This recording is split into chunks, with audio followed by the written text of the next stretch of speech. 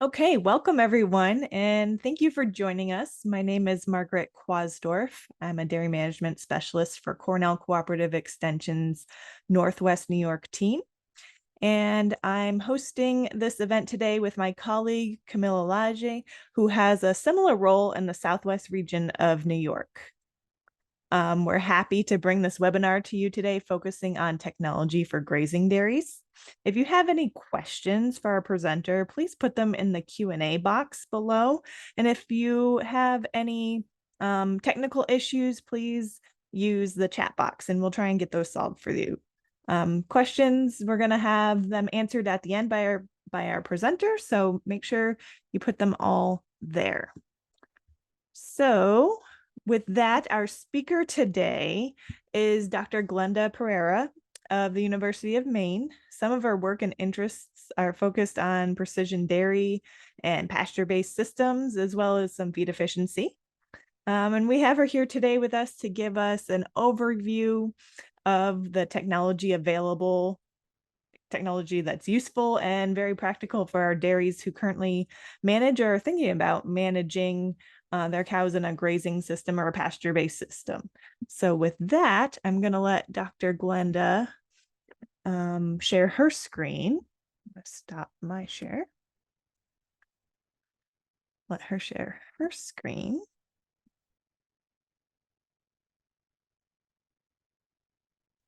Perfect. We're all set up. All right. Thank you.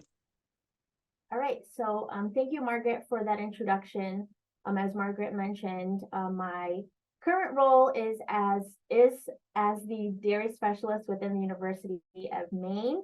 I also have an appointment within the School of Food and Ag, so I do teach some courses here to our undergraduate students as well. A lot of the work I will be talking about today was done in collaboration with my previous advisor at the University of Minnesota, Dr. Brad Hines, and my coworker there as well, Kirsten Sharp.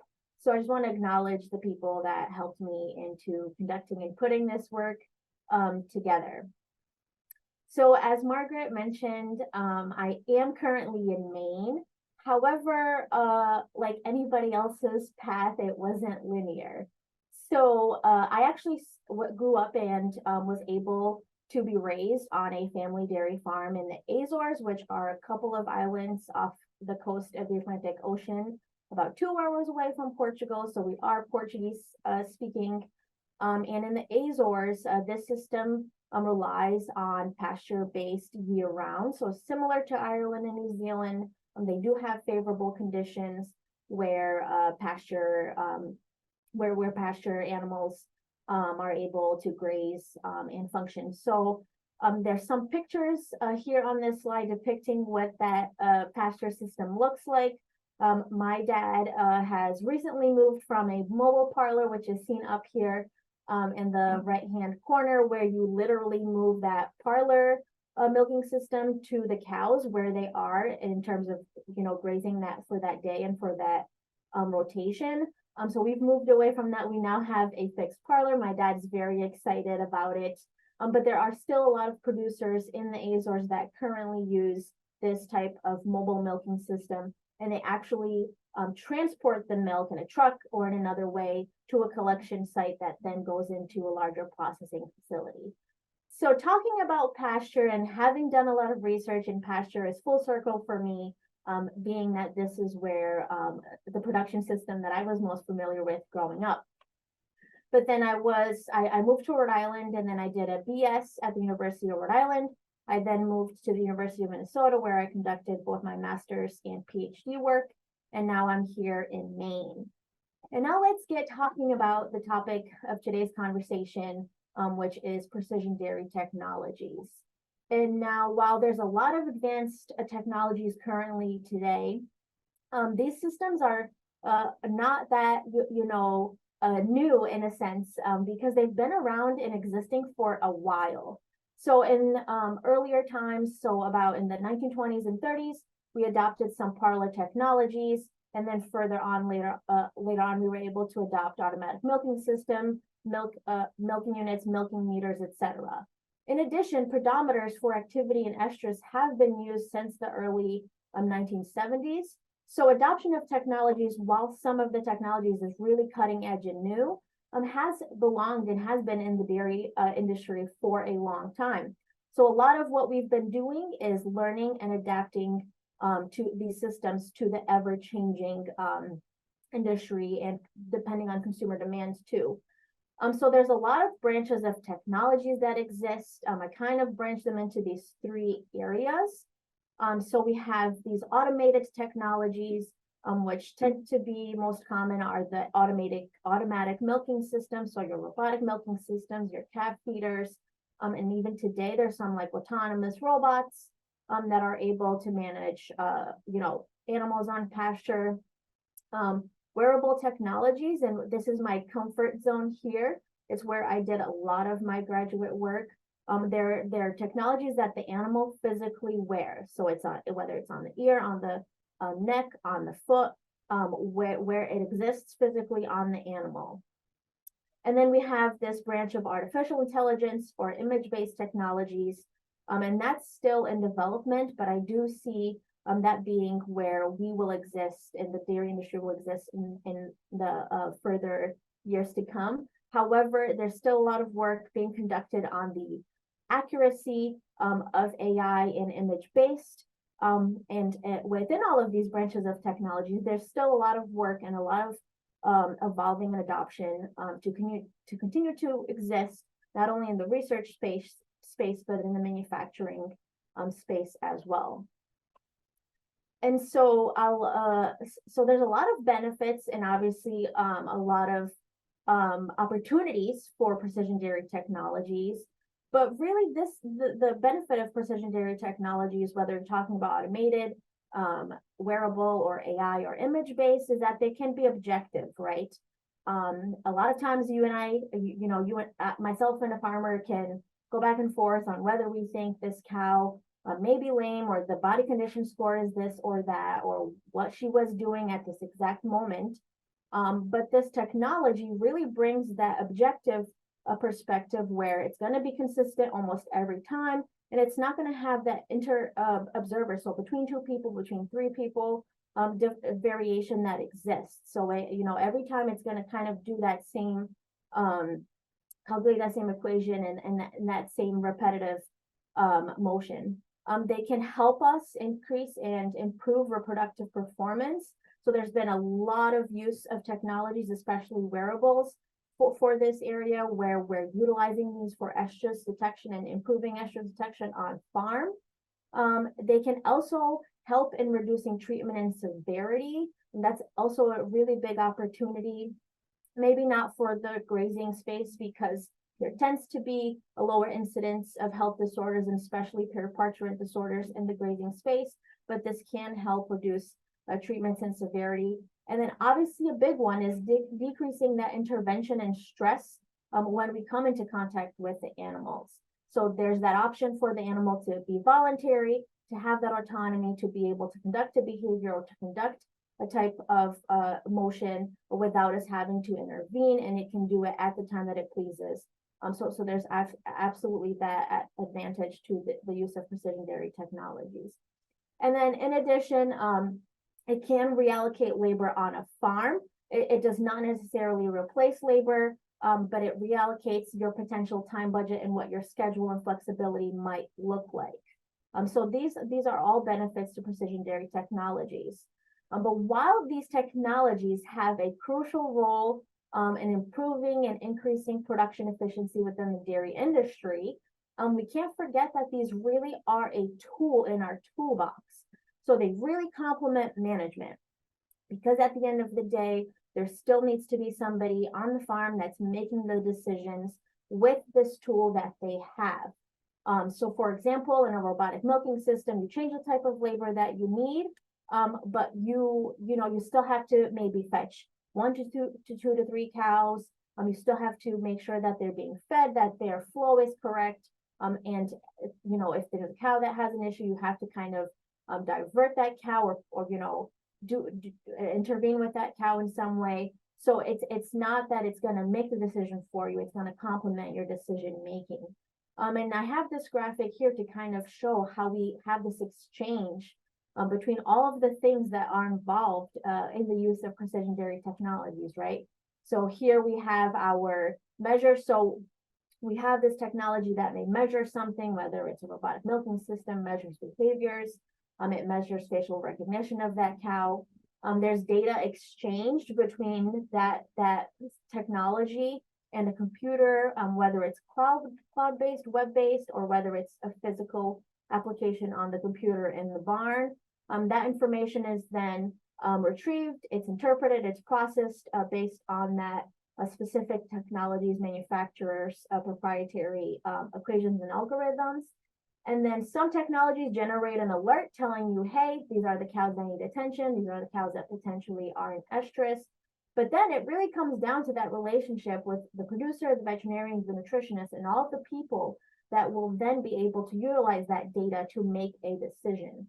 So I really want to make sure that we understand that these technologies are really there to help us reallocate labor, complement our management, and decision support. And so for the topic of today, we're going to be talking specifically about technologies that may be useful or practical in the grazing space. And this is where I did a lot of my work. And so the grazing space doesn't look the same across the entire world or even within the United States. Some farms obviously can graze year-round, but most of the farms in the United States have that down period where cows must be confined. They can't graze during the winter months because of the temperature. So grazing systems tend to all look very different. It's not only utilizing pasture the entire year like they are lucky to do in the Azores. And we did write a manuscript that is a really easy read for folks that are interested in reading more about the work that I'm going to be talking about today or following up with questions. This is the publication. It's titled Precision Technologies to Improve Dairy Grazing Systems.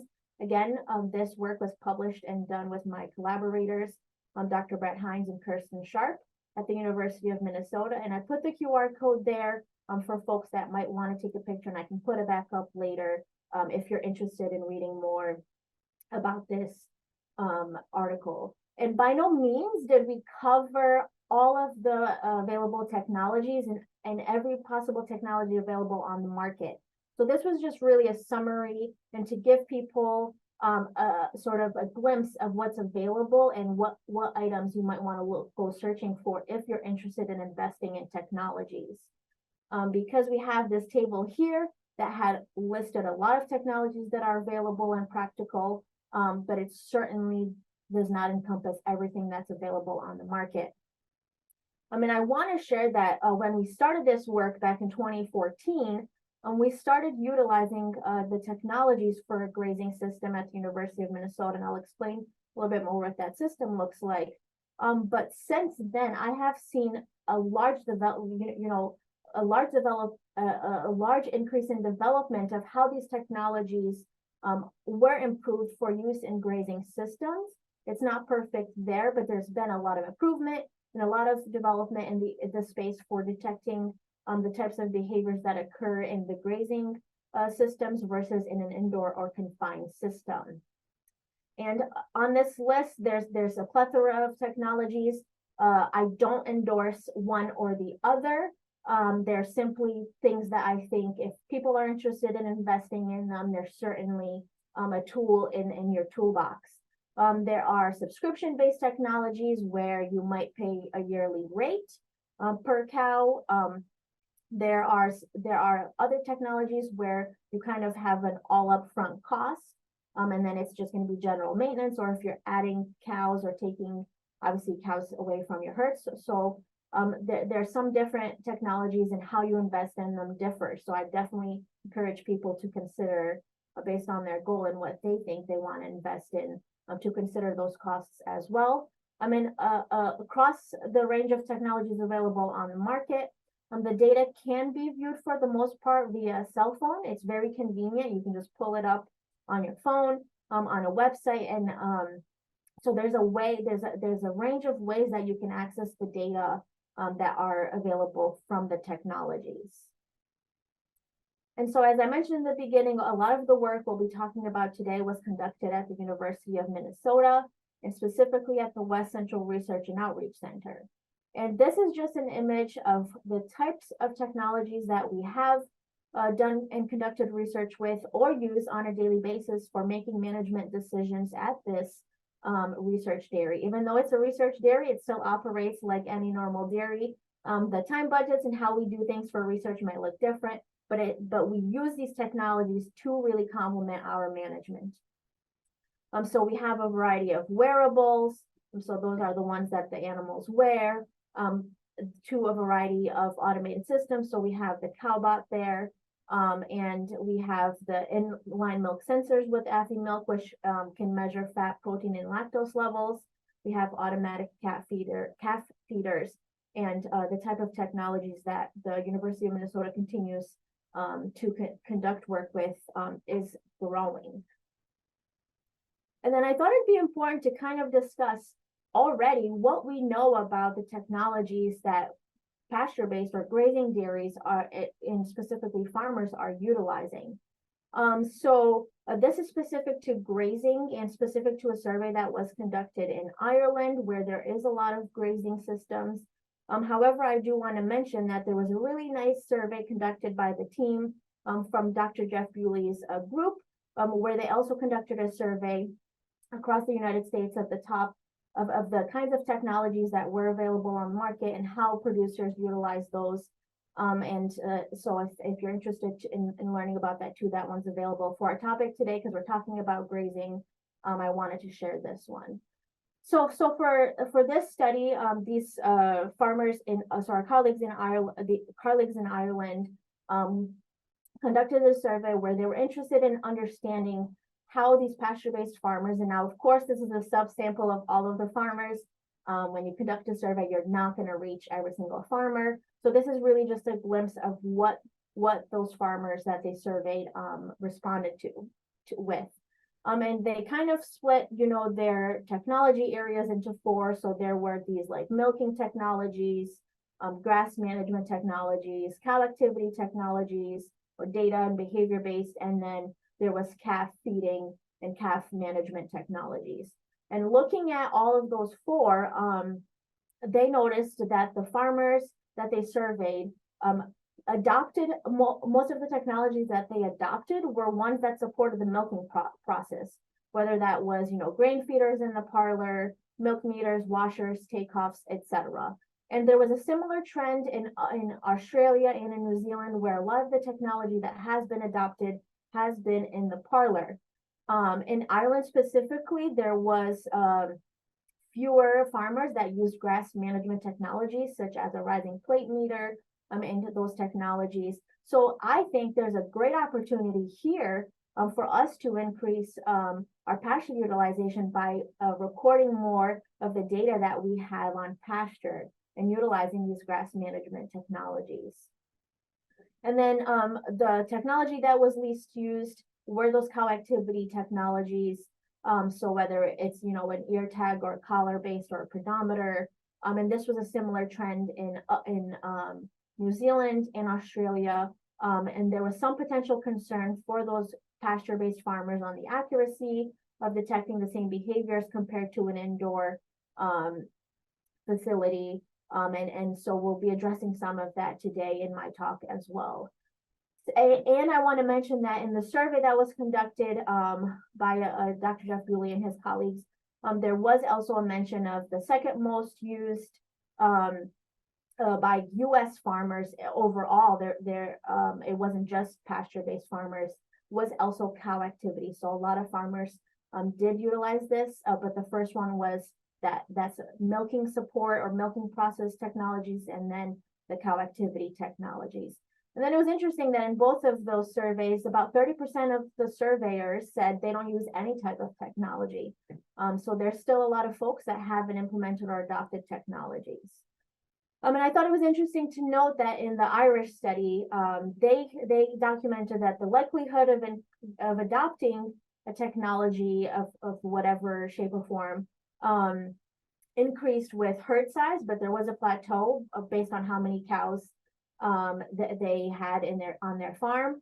It was likely that if they had more employees on the farm, that they also implemented technologies if they had, you know, some sort of agriculture education degree or further training. And then if there were discussion groups or kind of those support groups and that support in general to kind of help them navigate this adoption of technology. So those were factors that increase the likelihood in that survey for adoption of technologies.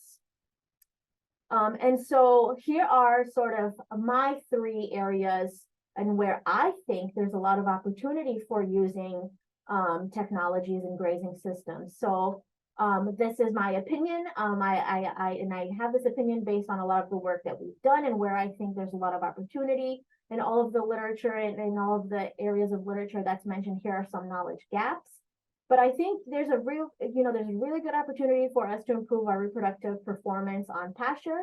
So utilizing technologies to improve this.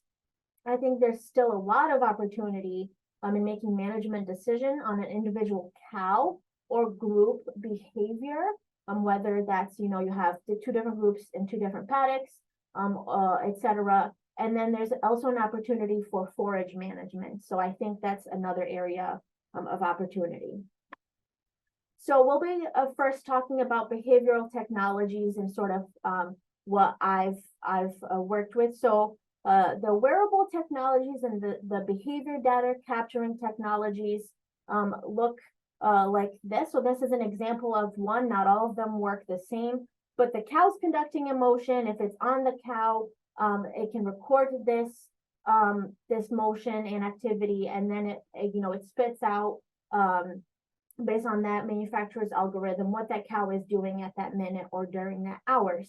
And then there's sort of a way of how that data gets back to us for us to be able to utilize it in making our management decision. So this is an example of another technology and how it gets that information from the cow to us for us to be able to use. In addition, I think it's important to note that grazing really differs from confinement. So when we think about why we want to, ask questions about, well, how does the accuracy of this technology work on grazing versus indoors to our manufacturer? I think those are important questions, and that was really the root of a lot of our research that we conducted at the University of Minnesota, because that data didn't really exist yet. So a lot of our work was, this might work really well in an indoor system. How does it work in a grazing system? Especially because, the type of feeding that happens on pasture is not the same that happens on in a barn. And then there are environmental and other conditions that the cows experience, especially with fly disturbance, to consider and how that can impact the accuracy of these grazing technologies. And then I pulled a couple of graphs from a group of farmers that I'm working with. And this was specifically for one technology that we have rumination, eating, active behavior for a period of time when the cows were not grazing and then when they were grazing. And so now I put these 2 graphs here together so we can look at some comparisons. So when cows aren't grazing and they're confined in a space, that whether it's outside, indoors, the behaviors that they conduct throughout their entire 24-hour period changes drastically. And so when we think about the accuracy and how these technologies might work for these types of different systems, it's important to consider that. So the observations from not grazing to grazing was that for the not grazing period, the cows seem to have this really nice consistent schedule where during the day they were doing a lot of their rumination. So if we can see here, the blue line is indicated in rumination, and this is minutes per hour during each hour of the day over a 24-hour period. And so there's a lot of rumination going on here during the day and then over the night as well. But then it decreases when they're on pasture during the day. They're probably grazing. But so their time budgets change. And then a big distinction too here was the time that they were eating and feeding. So obviously they're going to be eating when they're released to pasture, and that's something we tend to control. But so their feeding behavior also changes. And so it's important for us to kind of keep these in the back of our mind, especially for researchers when we're thinking about how to use technologies in an indoor versus a grazing system. And then over the years, we've learned to sort of detect these changes. So when you release cows to pasture, their activity greatly increases from confinement. And then their rumination, because it has an inverse relationship with activity, it's going to change. But then, of course, a big proportion of their diet has also changed. So that's also going to change rumination time. And so, like I mentioned, a lot of those observations steered us into conducting a lot of this work to make sure that there was accuracy for a grazing and pasture-based system. So some of the work I'll be sharing was conducted at our grazing dairy at the University of Minnesota, and there's an organic and a low input conventional herd. So they differ in production and the size of the herd. And then the organic herd obviously has to graze for at least 120 days. So our grazing periods from May to October. And then the conventional herd is typically confined in an outdoor lot in a straw bedded pack in the winter. And so there has been a lot of research previously conducted with estrus. So I said fertility was one of the areas where I think there's a lot of practical implementation of these technologies on grazing systems. They can help us decrease the use of hormones, which can be a cost for a lot of farmers. They can increase the estrus detection rate. So the national average for visual observation is about 40 to 50%. So that means out of 10 cows with visual observation, we're really only able to see 4 to 5 of those cows that are in estrus. There's certainly a difference in the activity. So how do we capture that when we're improving the algorithms and detection within our systems? And then there's been a lot of research that's conducted a sensitivity. So how many cows were detected in estrus by technologies of 72 to 90%. So there's a a good opportunity for us to utilize these technologies for estrus detection specifically. And then a lot of our research indicated that during an estrus event, 96% of those estrus events showed an increase in activity. So there was a lot of increase in activity and a decrease in rumination. So with those two behaviors, we're kind of able to detect exactly if that animal is going to be in estrus.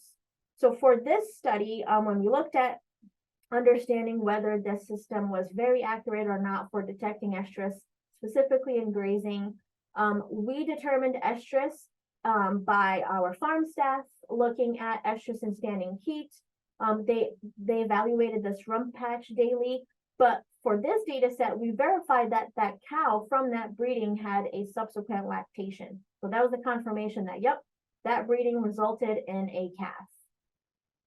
And as I mentioned, we use sensitivity as a measure to understand the percentage of cows that are detected in estrus by this technology. And so it's just really an equation that allows us to say that, if the cow was bred and the collar gave an alert, then we know that that was a successful estrus event as detected by the system. And then we can be more confident in understanding whether it was accurate or not. So sensitivity allows us to understand the percent of cows that are detected in estrus as compared to the gold standard, which for us was subsequent calving and the next lactation. So for this data set, we split it up by season because we do have a dual breeding season and a dual calving season throughout the year. So for our organic herd and for our conventional herd, we had to split it up because we don't have, it's two separate herds. So we have the number of cows that were represented in this data set, and then the sensitivity, which again is the percent of cows that were detected in estrus by the activity system. So across the board, we can see that 61%, we had 61% of sensitivity in the organic herd and the conventional herd. And it didn't change in the conventional herd. So about 70% of the cows were detected in estrus by this activity system. However, in the summer for the organic herd, the accuracy of this system suffered during specifically the grazing season. And so there's still a lot of opportunity to improve our fertility during the summer. But again, we have to remember that in a grazing system, the activity changes constantly depending on your grazing rotation. Are you using continuous grazing? Are you using rotational grazing, and is that, every 12 hours, every 24 hours, or 48 hours, what does that look like? Because a lot of these systems work on an algorithm and they have this baseline for that animal, it can be difficult to every day have this changing activity for that specific animal. And so capturing that can be difficult. But I think there's a lot of opportunity there. And especially for, throughout the entire season, there's a lot of opportunity to capture the cows that are in estrus, especially because, again, the average estrus detection rate across the US is about 50%. So we're not able to visually detect every single cow, especially if they're on pasture, they're away from us for long periods of times, and we're not able to see those cows there. And then the other part that I was talking about, and where I see a lot of practical application, is in our management. So again, my coworkers at the University of Minnesota had this study where they looked at cows that were shaded by solar panels versus not, and what their behavior and activity was during the day. And they used two types of systems. So they used an activity system, an ear tag, and they used the SMAX Tech bolus, which can record rumen temperature and a variety of other temperatures. But for this specific study, they only looked at rumen temperature.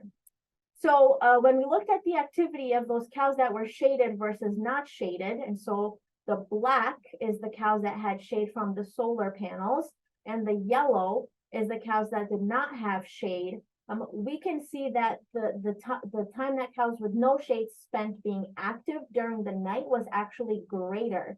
And that's likely because they were grazing during that time, because they weren't able to do that during the day because they were trying to dissipate heat because they didn't have shade.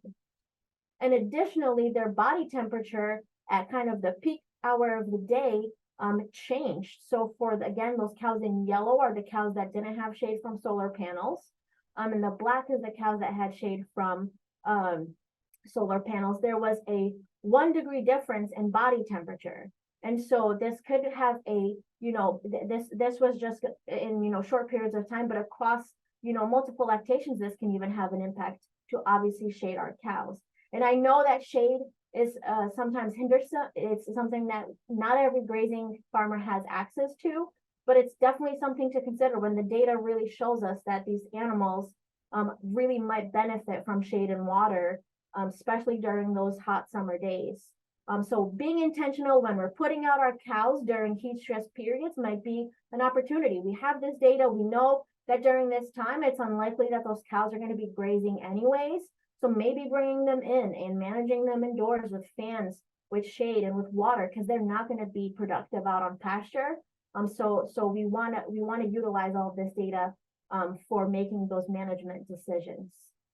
And I know we're kind of running up on time here, so I want to just review the next part that we have here. So the other part was in forage management or forage inventory. And this is still an area where I think we have to do a lot of research and work in, but there's use of rising plate meters. And this might be really practical to just understand what your cows are leaving out there and what your cows have to graze, and making a grazing plan for your entire season. We always use this as a way to make grazing notes. And I thought it was really helpful. It helps us have a data record or record keeping system year to year, so we can go look back. Hey, how much forage did this pasture produce? How during that first week we let the cows out on this paddock, what did they eat? Why didn't they eat? Is there an opportunity for us to renovate this pasture? So I think the forage inventory with tools like the ones that I'm going to be talking about is still an area where we have a lot of work to capture. So these rising plate meters, you stamp them around your pasture, kind of like you would if you're forage sampling in a zigzag manner. It will measure the height, and then it gives us, it has an equation, and it gives us dry matter per hectare. And so it gives us this equation that we can use. It has to be recalibrated depending on the type of species that is in your pasture. While it requires time and labor, I think there's an opportunity because, again, it's objective. It's gonna, if it's calibrated correctly, it's gonna measure the same every time. Whereas our eyeball test, if I'm extremely tired today, my eyeball test is gonna look very different than if I'm feeling refreshed and I'm going out there and assessing my pasture inventory. So again, it provides us that objective measure, and there's a Bluetooth function, so you can just connect to Bluetooth and it downloads all the data for you. There's a lot of work currently being conducted by folks over at the University of Missouri with the grazing wedge and paddock track. This is a system that you can use. It's an application that you can use that will help you calculate forage production and quality over time. If you see here on this picture, it's attached to an ATV, and then through sonar, it actually records forage mass in density, and then it's uploaded electronically, and then similar to the Grazing plate meter, you have all this data. This actually helps us reduce the time it takes to make our pasture inventory, because you're driving something around and it's instead of you doing it with the Grazing plate meter, you're doing it with a motorized vehicle. And so the goal is for grazers to improve their management through the season and through record keeping. And then it does create these really nice visuals for you where you're able to see every single pasture you have, and whether you overgrazed it and now you're gonna, hey, I'm gonna have to leave a lot more resting period for this one, but it can give you that grazing plan for your entire season, and it gives you a map in addition to the graph of where those pastures are. So then if you're thinking about your rotations, you can utilize that. And then satellite imagery is something that the folks at University of Minnesota are currently working on a project with. But this really gives another opportunity for us to capture data that might not be with tools on the ground. This is an alternative method to calculate a biomass of pasture to help us with our grazing management. And so these are two pasture reports from the year 2021 during the summer. So we can see on the left when it was really hot in those pastures. There are some warm season pastures there, but your cool season pastures are obviously going to be depleted during that really hot summer period. But then once the cooler season, September comes, those cool season pastures are going to spring back up. And so there's a lot more research to be conducted on this and how accurate it can be, because there can be a lot of factors that impact the accuracy of satellite imagery. And then fencing technology. So virtual fencing is a topic that I think folks will get an opportunity to learn about more with this webinar series. But this is a way to reduce that labor again, and that the cows are really can really voluntarily or dictate the fencing and their forage management for you. So there's different types of ways that virtual fencing can work, but the most common are through audio signals or an electrical stimuli, where if there's a boundary, that cow then gets that stimulation, audio or electrical, and then they can know to not cross that boundary. So there's a lot of opportunity here in the future for this research to continue to improve and become more accurate. And the last thing I'll say is that, and I really do believe this, so there's no one size fits all. A lot of times people ask me, hey, which technology should I adopt or invest in? And I think it really comes down to your goal. Do you want to improve estrus detection rate? And that's the sole goal.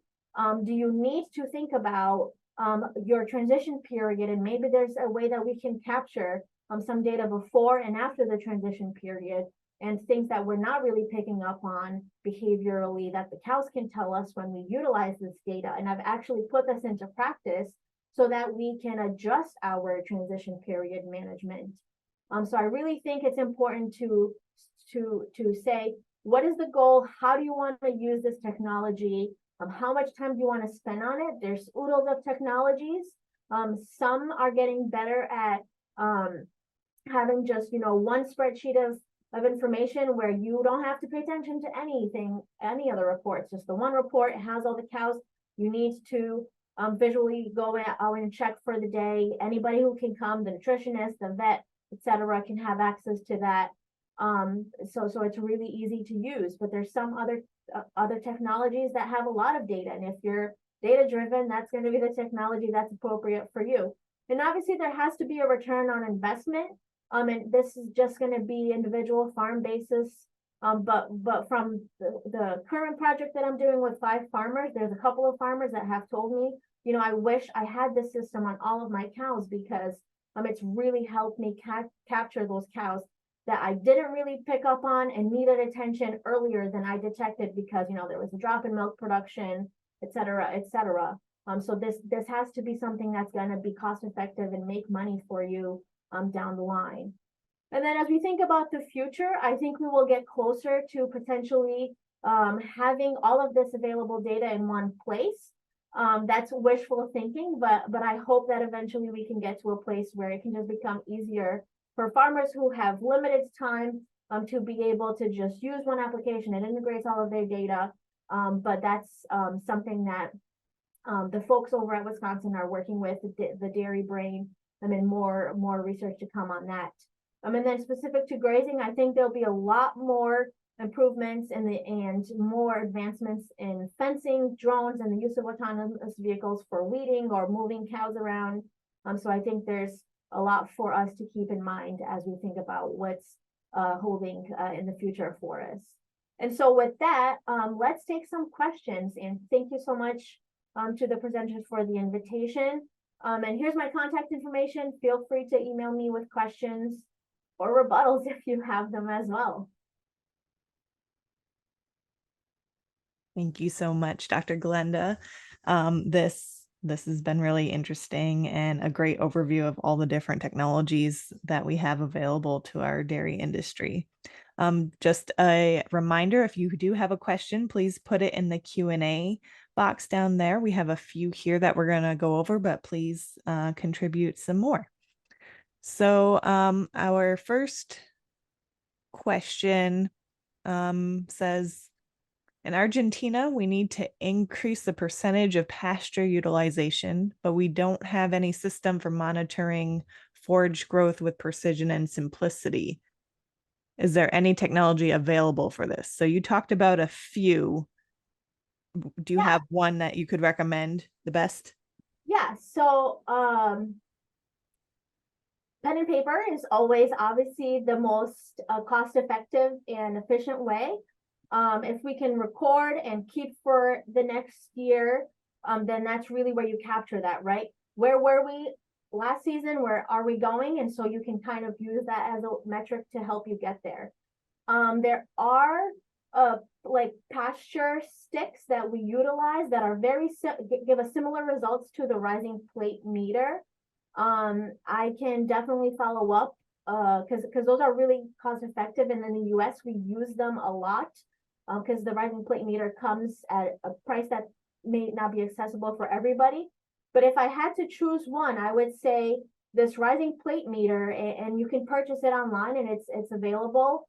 And you will have to just check on the types of forage species that exist. I'm not sure about the forage species in Argentina, but and calibrate it for those forage species. So this would definitely be, I think, the in between that you don't, not everybody has Wi-Fi or Bluetooth accessibility. So that may be a limitation for using the paddock track. And this is still in development. I definitely think it'll be on the market very soon. But the rising plate meter, or honestly just pen and paper, and I know that I don't love the eyeball test, but if that's all you have, it's better to record any data than no data. And that includes, like, if you're looking out representative sample, what's the percentage do you think of your weeds and your actual forage? And how do we, improve that for the next year? And recording those few notes down.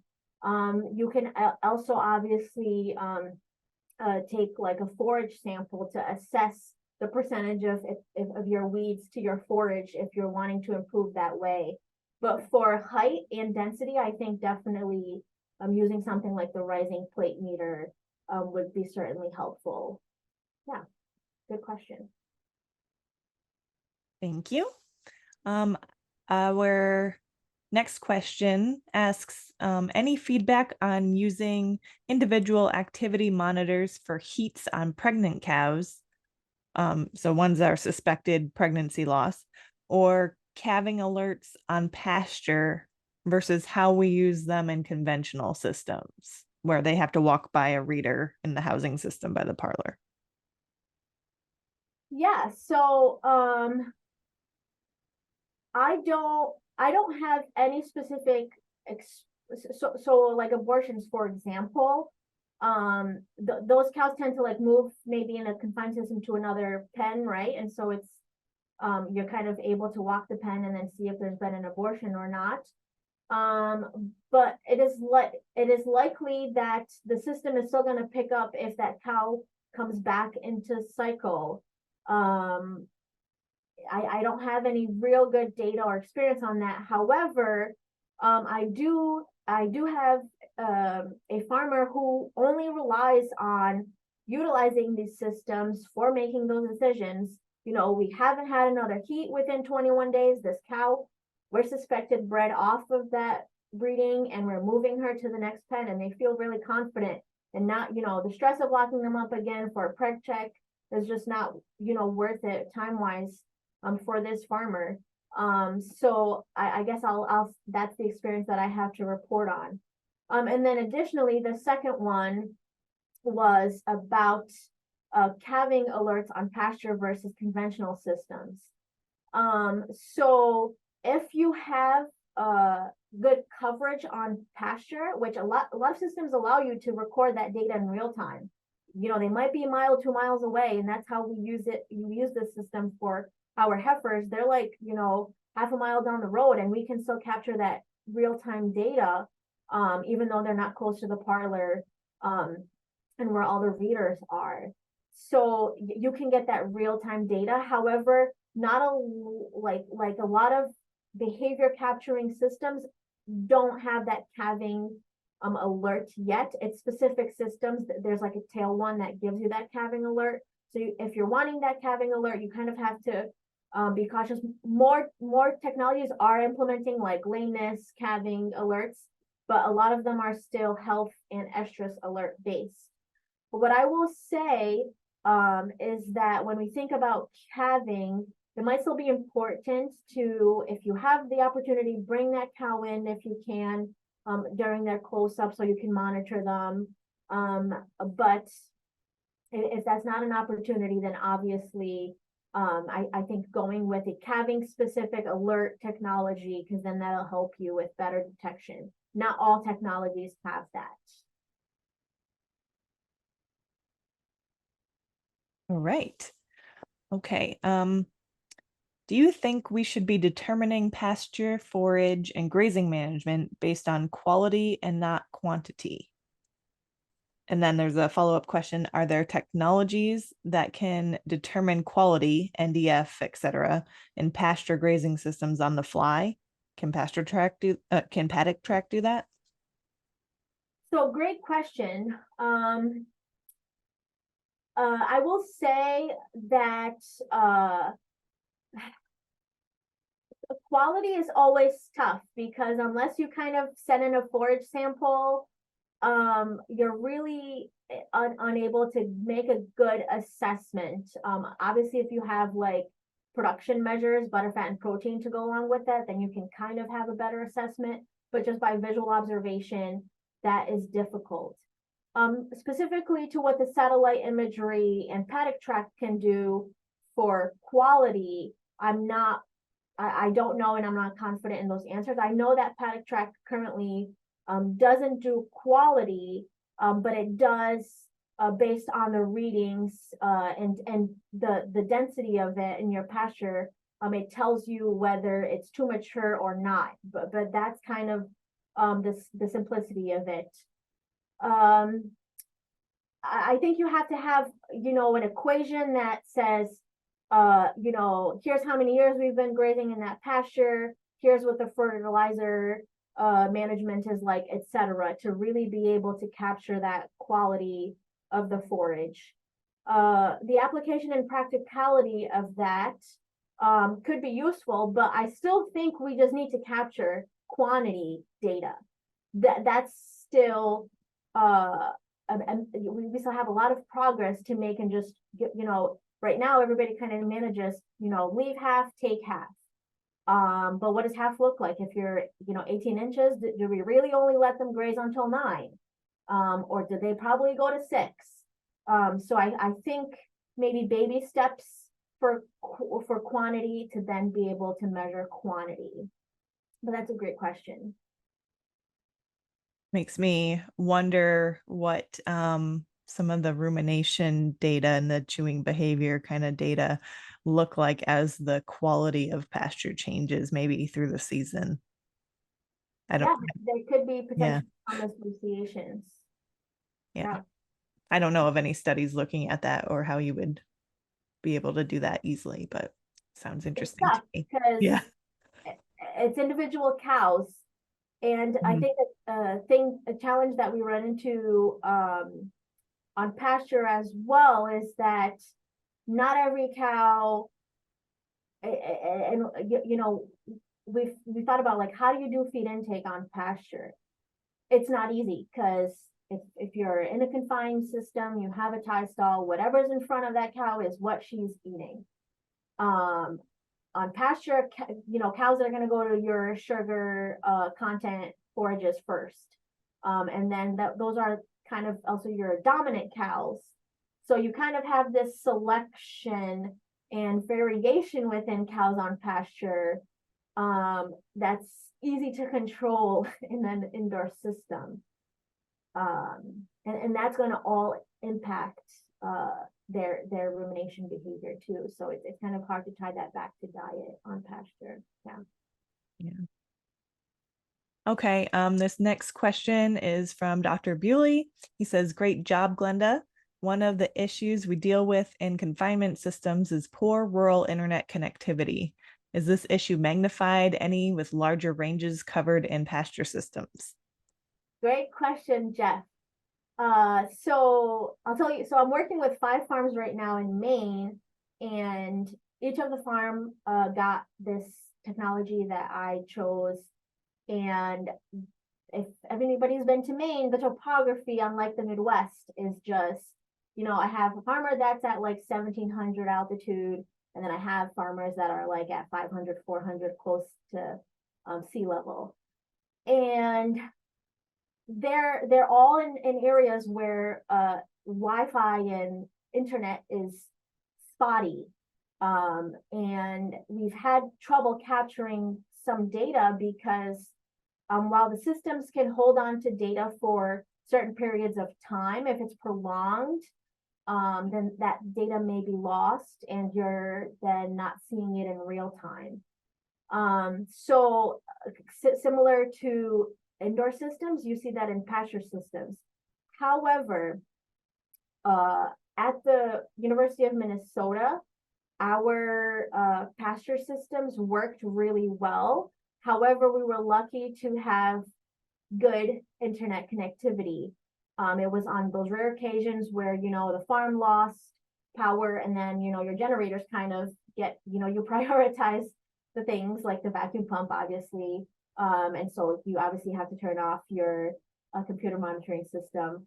But we didn't struggle with having that data come back in real time. Even though, like I said, those heifers that we worked with were like a half mile away, we still got that data. And it was really useful to know which animals you're going to have to sort once you get there, instead of like going, checking, coming back, etc. So there are issues still that exist. And as I learned, there's even issues if a farm's close to an airport because the security levels change, and when landings, departures, and arrivals occur, there's also connectivity issues beyond what we think. So these are all great factors to consider, and something I've actually thought about writing up in my report, so that people can keep in mind that maybe connectivity issues might hinder the efficacy of the technology, right? It's not the technology, it's the technology works given the appropriate conditions. Yeah. I don't have any more questions in the Q&A, but I have a question myself. With the AI camera technologies becoming more popular and better for what they're doing, where on a dairy that uses grazing or pasture-based system, where would be the best place to put some of these camera technologies? Awesome question. I would say anywhere that the cows are going to frequent a lot during the day, and that's going to be when you're grazing your alleys. That there's a great opportunity, right? They have to get to the parlor somehow. So, is there a place where that you can have these kind of viewing multiple cows at a time and assessing, like let's take lameness for example. If you have kind of that bird's eye view where these cows are walking to the parlor, it's really easy to pick those cows that are lame because you're seeing their gaits change. And with body condition scoring too, like I think that's an opportunity in the alley where they go in and out. I mean, not necessarily attached to the parlor because then they kind of all funnel into the holding area. But in the alleys where they're coming in and out of, that would be the most beneficial area because they're changing to different paddocks every day, but that return alley might be where there's the most consistency twice a day. Yeah. That makes a lot of sense. All right. If there's no more questions, I'd just like to thank Dr. Pereira for being our speaker today. We learned a lot and have a lot to look forward to in dairy technology moving forward. And just one more thing I wanted to share with everyone. I'm going to stop share. Okay. Yeah. With you, Glenda. Oh, actually, I'll let you share this really quickly for Okay, them first. I'll leave it up there. So actually, we'll give people a chance real quick to use the QR code to get to your paper here, and then I will share the flyer for our next webinar. So I'll give you a couple seconds here. And we're going to share. Okay, so we do have another webinar in the series coming up on September 4th or October 4th, excuse me, where we will hear from Dr. Stacy Hamilton, dairy specialist at the University of Missouri Extension on paddock track, which was what Dr. Glenda Pereira talked about during this webinar. We're going to go into more detail about paddock track. So a new way to measure pasture. So make sure to sign up for that if you already have not. The QR code is there. But otherwise, thank you so much, Dr. Glenda. And we hope that everyone enjoyed the webinar today. You can reach out to me, Camila, or Dr. Pereira if you have any other questions. Thank you so much. Thank you for the opportunity. Yeah, thank you. Bye-bye.